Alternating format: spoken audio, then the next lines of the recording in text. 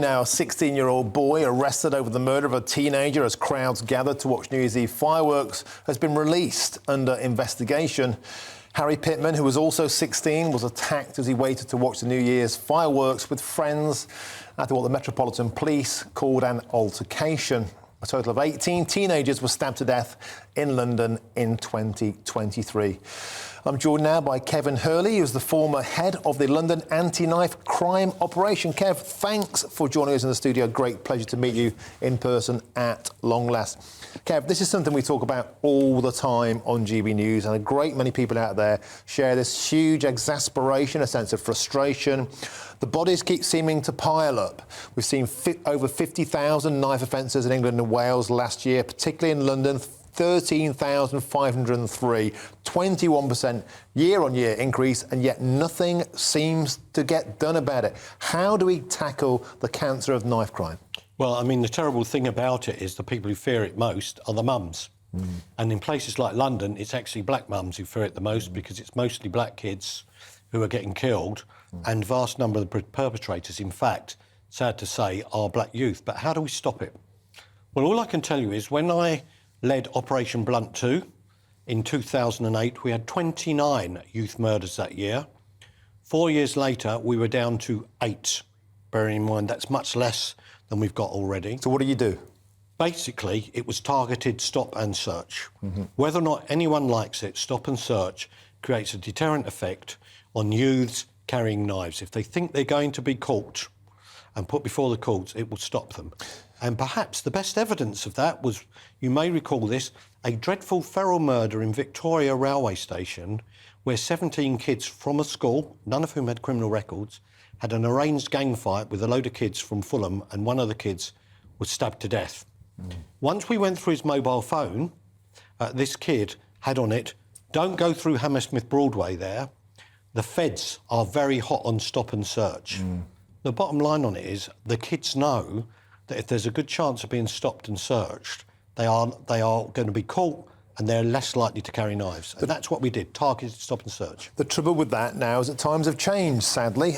Even though the bodies are piling up, we have a mayor in Sadiq Khan who vowed in 2013, before he was elected, to stamp out stop and search because he said it was racist. We have endless commentary along those lines, but you're saying to me targeted policing is what's required, and if the demographic, like in Glasgow, it was 98% white working class boys who were carrying knives, they were targeted because they were known in areas, they fitted that offender profile. Correct. And yet we have a system paralysed to allow us to do that now. Correct. And unfortunately Sadiq Khan spoke because he thought he'd get votes, frankly, without understanding how you deal with it.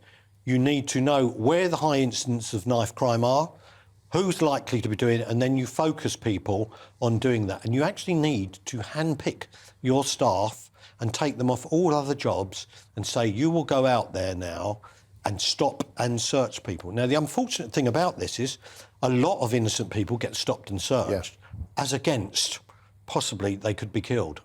The proof's in the pudding. We went from 29 to 8. What more proof do we need? And it wasn't just stop and search, there were other things too, like did you have joined up social service work? Well, what we principally did stop and search, but what we also did, we engaged with headmasters of schools where we would bring in various groups who would talk to groups at risk, who would be, perhaps they'd bring a coffin in, for example, one of the acts, or we would go along to a big school talk where you'd get a mum speaking, an ex-gangster, someone like me being the senior investigator who'd say, I'm the senior investigator and I'm someone your mum never wants to meet because if she meets me, you're either dead or I'm taking you to prison for life. And that was the kind of approach that we took. And often, Kev, that... Education and stop and search. Often, Kev, that kind of intervention, it's a bit... It might offend people. Is that part of the problem now as well? You're not allowed to have that tough love approach in case someone complains. Well, I mean, I think we've got all those issues going on, but the reality of it is teenagers, particularly young men, are full of testosterone. They're difficult to manage, even if it's your own son. And so you need to have a direct approach, which is simply, if you get arrested with a knife, no matter what you want to do, you'll get a criminal record. You will not be able to get a visa to travel to America or travel elsewhere. So you might want to be a musician, you might want to be a footballer or whatever. That's going to finish it. So think ahead. Don't get a criminal record unnecessarily. Do you think there's any hope of any of this common sense approach happening? We seem to be mired in political correctness, frozen in the headlights, unable to do anything of the nature you're talking about because of, what, offending people? You're right. It will take a paradigm shift. It will take strong political leadership. And incidentally, one of the biggest supporters of this, believe it or not, for all the criticism he gets, was in fact Boris Johnson, who was very supportive of the police. But it will take political leadership, it will get the media to get real, and it will need, when we have various debates, activists who come on and say, we need to do this, we need to do that, and say, what will you do now? What will you do now, Mr Spokesperson, on stopping this knife crime? Because this will work, because we know it does. And we just got to face up to the facts and say, young black youths are being killed disproportionately by black youth, so therefore they are going to be stopped many more times.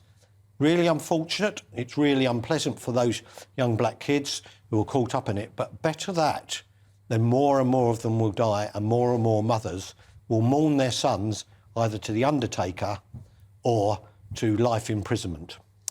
Kevin Hurley, sobering words. Thank you so much for joining us and sharing your wisdom. Makes you think, doesn't it?